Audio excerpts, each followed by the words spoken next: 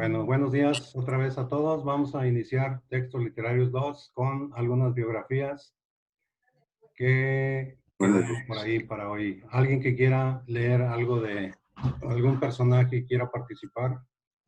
Yo, profe, Adelante, Carlos García. es la de Víctor Hugo. Muy bien.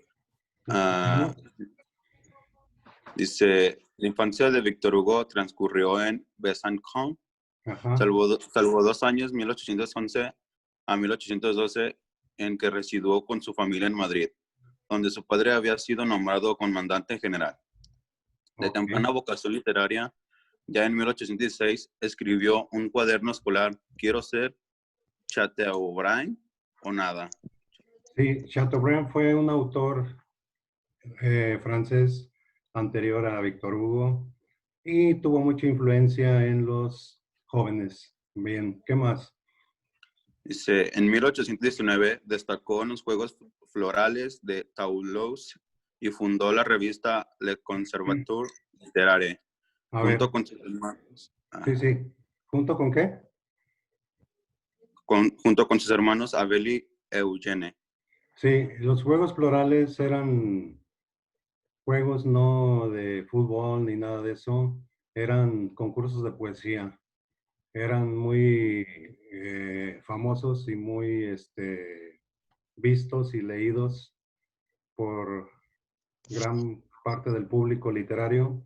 Y esos juegos florales, también aquí alguna vez hubo en México, cuando las primeras ferias, como la de San Marcos, en Aguascalientes, etcétera. Todo esto viene desde la Francia y desde Europa. Muy bien, ¿algo más? Mm, ¿Le sigo? Pues ya con eso está bien. A ver, otros dos rengloncillos. ¿Tienes Bueno, algunas, dice su hermano. algunas obras ¿Ah? de él? ¿Algunas obras? De él, sí. Su primera obra poética, odas y poesías diversas, en Ujú. el, en el prefacio de su drama Cromwell, 1827, rechazó las reglas del teatro neoclásico, proclamó el principio de la libertad en el arte y definió su tiempo a partir del conflicto entre la tendencia espiritual. Muy bien, ahí hay dos cosas. Rechazó las reglas con las que escribían los neoclásicos y una característica, decíamos, de los autores románticos era justamente ejercer la libertad de escribir, ¿verdad? Esa es una. Sí. Prefacio, la palabra prefacio quiere decir introducción a algo, en este caso a la obra que él escribió. Cromwell, que era un personaje histórico de la Inglaterra de antes de los románticos. Muy bien, excelente. ¿Algún otro voluntario? Aquí tengo listas para participantes. Yo, Adelante. bueno, yo tengo la de Gustavo Adolfo Bécquer, Ajá. que fue un poeta y narrador español, permaneció en el movimiento del romanticismo por ser un romántico tardío. Ha sido asociado igualmente con el movimiento romántico. Sí. Y tras la publicación de conjunto de sus escritores obtuvo el prestigio que hoy se le reconoce. Su obra más célebre es Rimas y Leyendas, Ujú. con un conjunto de poemas, versos y relatos. Ok. Es Gustavo, a ver, ahorita le sigues, perdón. Gustavo Adolfo Bécquer fue un español posromántico, quiere decir un poco después del movimiento así ya muy intenso. Y justamente lo acabas de decir, su obra principal es Rimas y Leyendas. Rima es poesía. Leyendas, España tuvo y tiene una gran tradición de leyendas Ajá. porque fue invadido por varios imperios. Uno de ellos fue el romano, otro el árabe, y a raíz de ello dejaron muchas creencias, muchos recuerdos, vivencias que se convirtieron en leyendas posteriormente. Y Adolfo Bécquer muere muy joven, a los 30 y tantos años, por una enfermedad que en aquellos días, en el siglo XIX, era muy común, la tuberculosis. Como Mm. decir ahorita, pues lamentablemente el cáncer, años atrás el SIDA, que atacaban a la población de una manera terrible y no había curación. Muy bien, ¿algo más que quieras? ¿O algún comentarista que quiera participar? Profe, Aquí con mi lista. Lilian, ¿dónde profe, andas? aquí ando Todos anónimos desde, ahí. desde que no sé ya, o sea, no se apellidaba Becker, se apellidaba Batista. Así es. Ese era Es que, sí, es que en aquellos días también era muy común el uso de seudónimos para darle más misterio al asunto, ¿no? ¿Quién escribió esta obra? Y le ponían sinónimos a algunas obras. Y ya por el estilo y por la manera de escribir, el lector iba identificando a los autores y era como un triunfo para el que adivinaba o acertaba quién era el autor de determinada obra. Nada más poquito volviendo a Víctor Hugo, decíamos que escribió una obra importante llamada Los Miserables, que fue llevada a la pantalla. Hay algunas versiones, por ejemplo, una es cantada, la otra es actuada, y aquí en México también se hizo una versión con artistas mexicanos de la obra de Los Miserables, donde narra las aventuras de un ladrón que roba por hambre y es perseguido implacablemente por un inspector de policía y no lo deja, le hace la vida de cuadritos. Muy bien. Ilian, ¿cómo te apellidas? Cortés. Otra u otro lector de las biografías que tengo. maestro. Nereida, Sí. muy bien. Adelante. Gaspar Melchor de Jovellanos Ujú. nació en el seno de una familia noble de Gijón, aunque sin fortuna. Ay, me ahogo. Lo bueno es que Y trae fue cubrebocas. de socorro en el nombre de Baltasar Melchor Gaspar María. Tras cursar sus primeros estudios en Gijón, en 1757 marchó a Oviedo para estudiar filosofía en su universidad.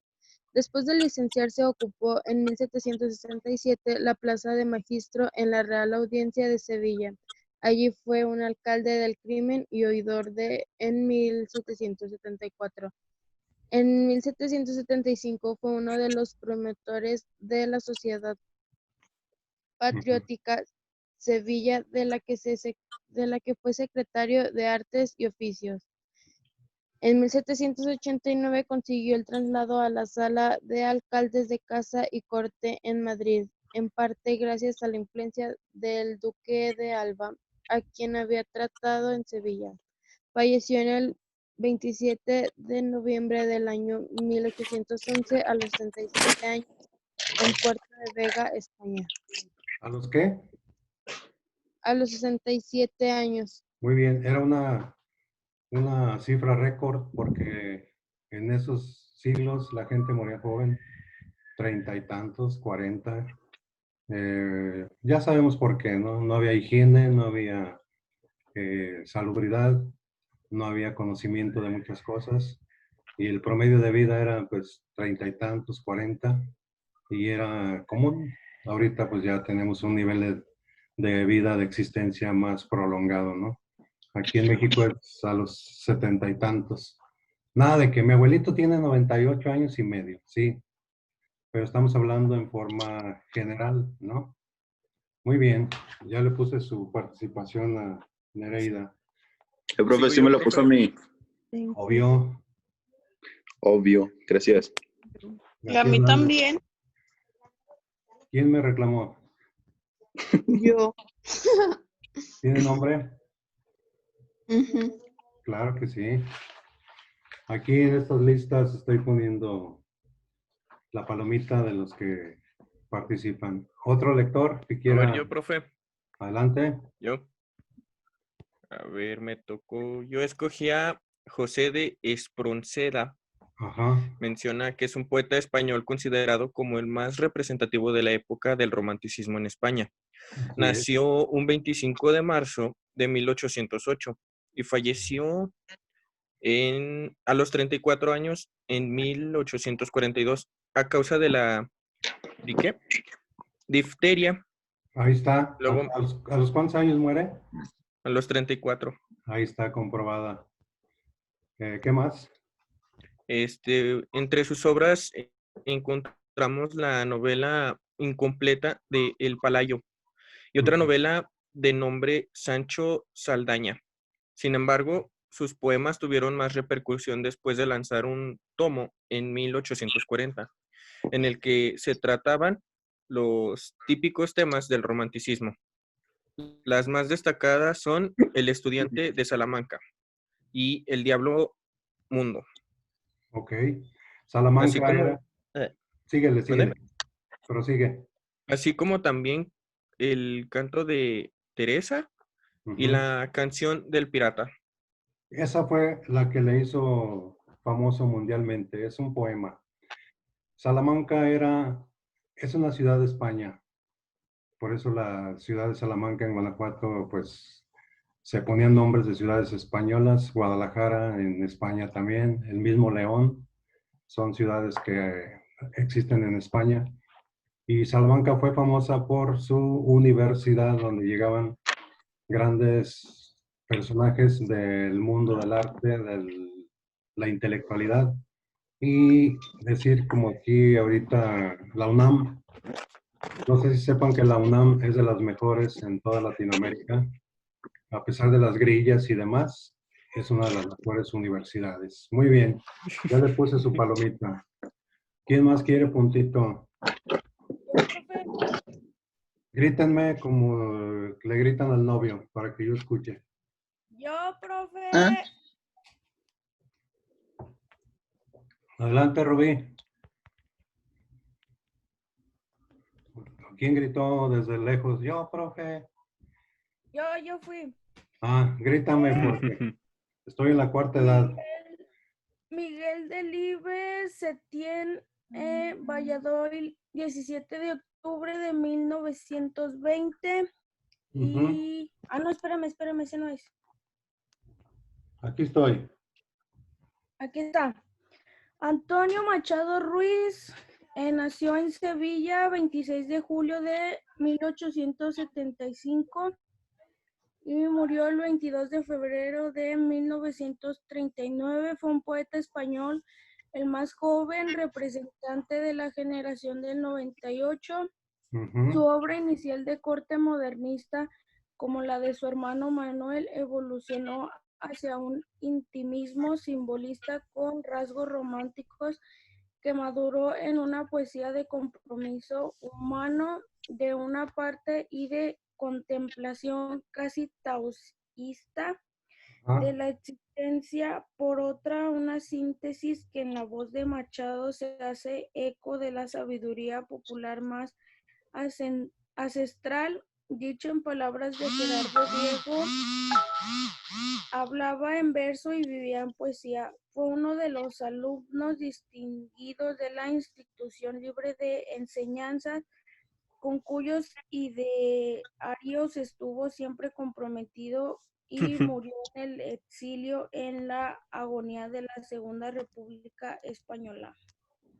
Muy bien. Dijiste generación del 98. Lo que pasa es que en ese fin del siglo surgen una serie de escritores en los 90 allá por España, entre ellos los dos hermanos, Manuel y Antonio Machado. Hay más, Juan Ramón Jiménez, entre otros, Ramón del Valle Inclán, Pío Baroja. En Madrid, que era el centro cultural junto con Salamanca y otros más en la España, y surgen sobre todo poetas, era por la influencia del romanticismo, y dos o tres novelistas, pero Machado destaca en la poesía. Él dice, todo pasa y todo queda, pero lo nuestro es pasar, pasar haciendo caminos sobre la mar. Nunca perseguí la gloria, ni dejar en la memoria de los hombres mi canción. Yo amo los mundos sutiles, ingrávidos y gentiles, como pompas de jabón. Me gusta verlos pintarse, de sol y grana volar, etcétera, etcétera, etcétera. Muy bien, Rubí. Hola, madre. ¿Perdón? Niño, te voy a quitar 43 puntos. No se crea. Otro lector que quiera puntos en esta lista mágica. ¿Ya no hay? Yo, profe. Muy bien. Keila. Yo fue de Johann Wolfgang von Goethe. Ajá.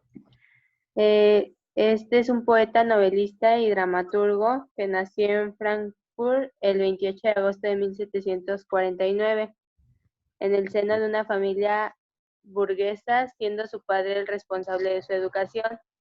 Ujú. Muy bien. Burguesa quiere decir de la alta, de los ricos de aquellos días, ¿no? Como decir ahorita hijo de un empresario, de un constructor de obras, cosas así.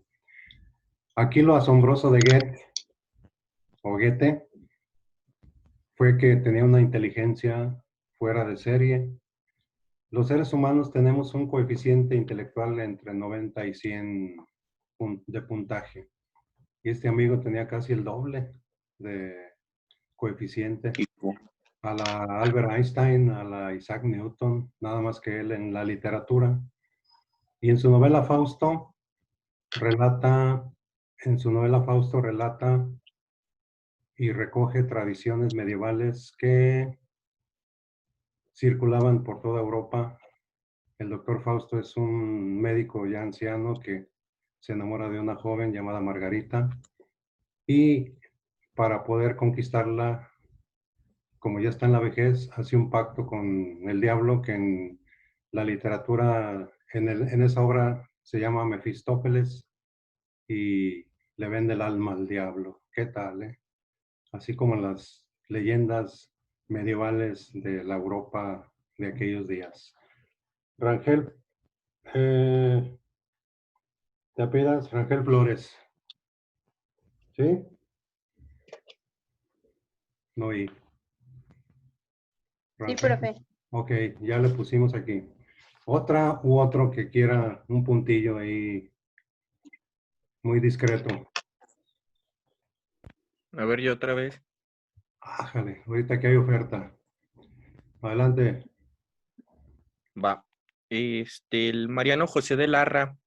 Ujú. También se trata de un español de los más destacados autores del romanticismo, junto a Becker y Espronceda, bueno, más bien. Proceda. Menciona que nació en 1809 y falleció en 1837, Ujú. el cual era escritor, político y periodista. Las obras de Mariano José de Larra fueron Macías en El Doncel, Ujú. del Don Enrique el Doliente, Ok, y El Conde Fernán González y la extensión de Castilla. muy bien. Él no murió, él solo se murió, se suicidó, algo así. Acuérdense que una de las características tristemente célebres del romanticismo fue los suicidios también. Se morían por amor, se dejaban caer ahí a media calle. ¿Y tú qué? No, pues me estoy muriendo de amor. Se suicidaban por la influencia de Goethe, el que acabas de mencionar, pero con un libro que se llama Werther, un joven que pues ve a su novia con otro y no aguanta y ¡pum! Se suicida. Como dice la AM. Eso también, ¿Mandé? eso también se vio recientemente, profe. Bueno, no reciente, hace como 5 años, también un artista en sus canciones puso lo mismo y en Estados Unidos se suicidaron un montón de gente. Ah, sí. ¿Cuál Sí. sería el? No recuerdo bien, pero sí el caso. Incluso en la Olga. música, Sí. en la música un compositor francés en un domingo en la tarde, de esos domingos nublados, lluviosos, tristes, este músico pianista escribió una canción y le salió tan triste, que cuentan que muchos de alma sensible y quizá depresiva, al escucharla se suicidaban. No les digo el título porque la siguiente clase voy a tener la mitad de alumnos si la escuchan. Mejor así, así nos quedamos. Un último lector. ¿Le digo otra, profe? Sí, ahorita hay oferta. Ahí va, pues. Miguel de Unamuno y Yugo nació en Bilbao 29 de septiembre de 1864 y murió en Salamanca el 31 de diciembre de 1936. Fue un escritor y filósofo español perteneciente a la generación del 98. En su obra cultivó gran variedad de géneros literarios como novelas, ensayos, teatro y poesía. Rector de la Universidad de Salamanca a lo largo de 3 periodos, también fue diputado de las Cortes Constituyentes de la Segunda República, de la que se fue distanciando hasta el punto de secundar la sublevación militar que dio inicio a la guerra civil, si bien terminó retractándose de este apoyo. Muy bien. La obra principal, bueno, una de las obras principales de Miguel de Unamuno fue La tía Tula, así se llamaba, un nombre raro, La tía Tula. Este escritor era muy enojón, llegando a lo violento, como su parte de su personalidad, ¿no? Acuérdense que habemos seres humanos de todo tipo, tranquilos, enojones, violentos, valegorristas, de todo. Por eso la variedad humana es interesante en algunos momentos. Pero aquí lo bueno es que muchos autores reflejan su carácter en las obras que escriben. Por eso a veces ustedes leen poemas medios melancólicos, medios fuertes, medios tranquilones, porque el autor ahí refleja, y más en el romanticismo, reflejaban sus emociones y sus sentimientos. Todo su mundo le llaman subjetivo, lo que no se ve, pero ahí está. El amor, la maldad, la bondad. Quizás se refleje en los ojos, ¿no? En la mirada, porque los ojos son la ventana, las ventanas del alma.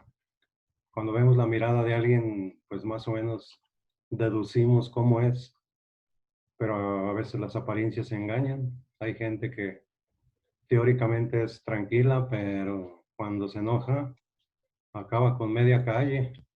No sé si haya vecinos así, pero ahí está. Muy bien. ¿Tienen cuaderno, pluma a la mano? Sí. ¿Sí? Sí.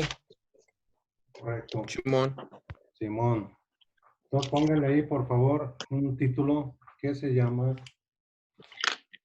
Antecedentes históricos del romanticismo. Antecedentes históricos del romanticismo.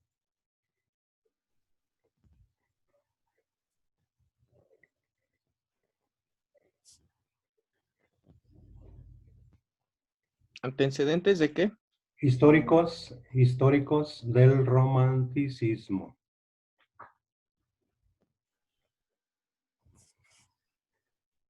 O sea, ¿qué pasó en la historia cuando el romanticismo surge después? ¿Sí? Número 1. La Revolución Industrial Inglesa. Número 1. La Revolución Industrial Inglesa.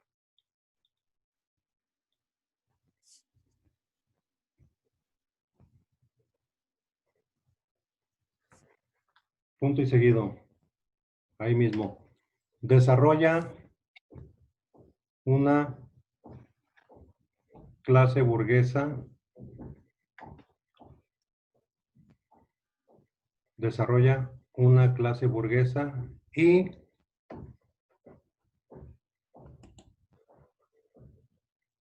surge también el liberalismo. Y surge también el liberalismo. Punto ahí. Y surge también el liberalismo. Punto ahí. La burguesía era una clase social, decíamos, de los más ricos, los industriales. Y el liberalismo es un sistema económico, acuérdense que tiene como característica principal, entre otras, la libertad de comprar y de vender, ¿no? Lo que uno quiere. Como aquí en México, ¿no? Si alguien quiere poner un negocio, pues nada más se ajusta a ciertas condiciones y no hay problema.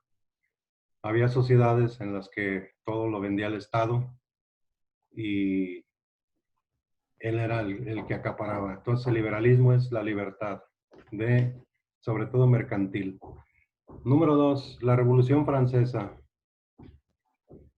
Número 2, la Revolución Francesa.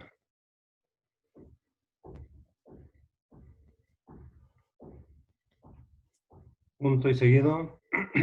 Proclama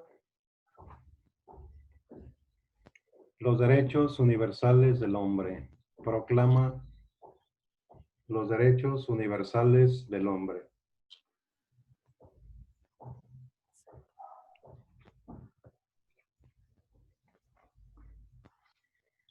Punto ahí. Esta Revolución Francesa influyó tanto que muchas constituciones, entre ellas la de México, tiene algunos puntos primordiales de esta Declaración de los Derechos Universales del Hombre. Acuérdense que hay incluso toda una institución, ¿no? La de los derechos humanos. Y una de las principales aportaciones fue la libertad.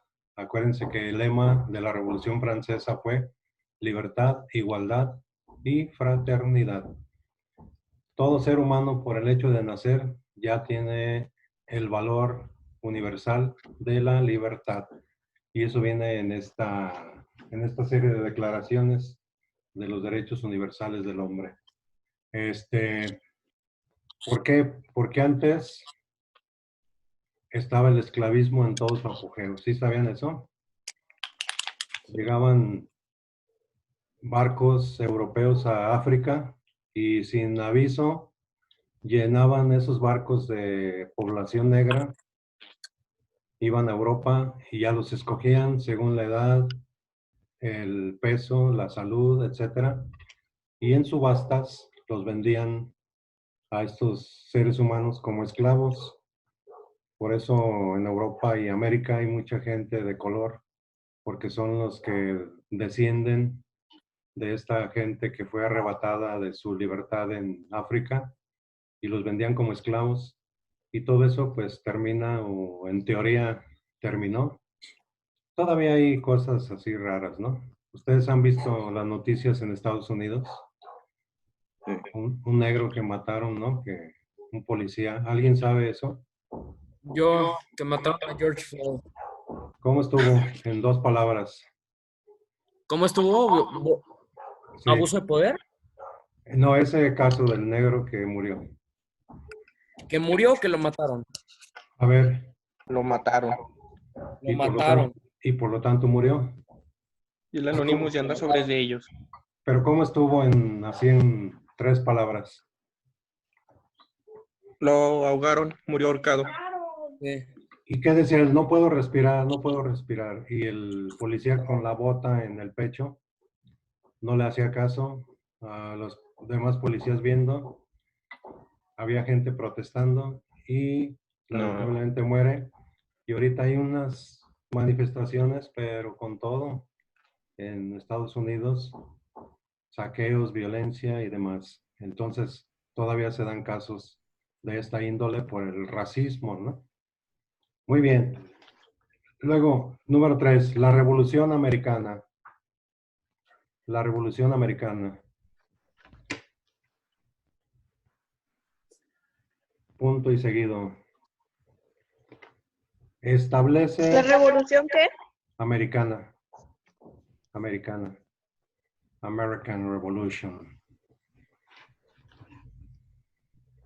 Establece la República como gobierno.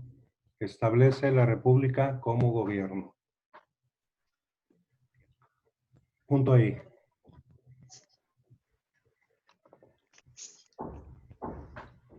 Punto ¿Cómo ahí. qué, profe? Establece la República como gobierno. Como aquí México, Estados Unidos, etc. Lo que pasa es que antes de ello era muy común las monarquías, los reyes eran los que gobernaban. A raíz de la Revolución Francesa también y de la Revolución Americana, caen las monarquías, acuérdense de la guillotina que medía 3 metros de altura y ¡pum! Se ajusticiaron a muchos gobernantes de aquellos días. Y la república es sinónimo de democracia, o sea, el gobierno del pueblo, por el pueblo y para el pueblo, con sus dos cámaras de representantes. La de diputados representa a la gente y la de senadores representa a cada estado, a Guanajuato, a Jalisco, etcétera, ¿no? Y frenan las decisiones del presidente si no están acordes, si no son buenas para la sociedad. Las frenan y antes, ¿no? El monarca lo que decía se hacía. Entonces, esa es una característica de la república. Muy bien. Por último, número 4, las invasiones de Napoleón Bonaparte. Las invasiones de Napoleón Bonaparte. Punto ahí. Acuérdense que Napoleón invade varios países de Europa y despierta en los jóvenes el deseo de libertad y de nacionalismo. Es decir, características muy fuertes en la literatura romántica. La libertad, el nacionalismo, es decir, quitar, sacar al invasor de la nación, amar al país y defenderlo por estas invasiones, en este caso que hacía Napoleón Bonaparte. A ver, punto ahí, fíjense bien.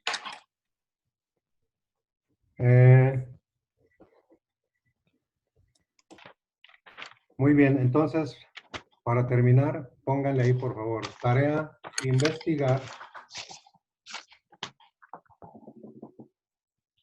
qué fue la literatura realista, qué fue la literatura realista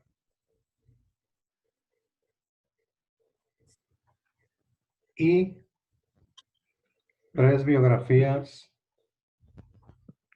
de autores del realismo. ¿Qué fue la literatura realista y 3 autores del realismo? Y aquí la compartimos y vamos poniendo participación a los que lo hagan y vamos acumulando puntos. ¿Alguna duda? ¿Pregunta? No, profe. No, profe. ¿Todo bien? Sí, profe. Ok, entonces con eso terminamos y que tengan un muy buen día. Gracias, Igualmente. profe. Igualmente, hasta luego. Gracias, nos Adiós, vemos. profe. Adiós. Hasta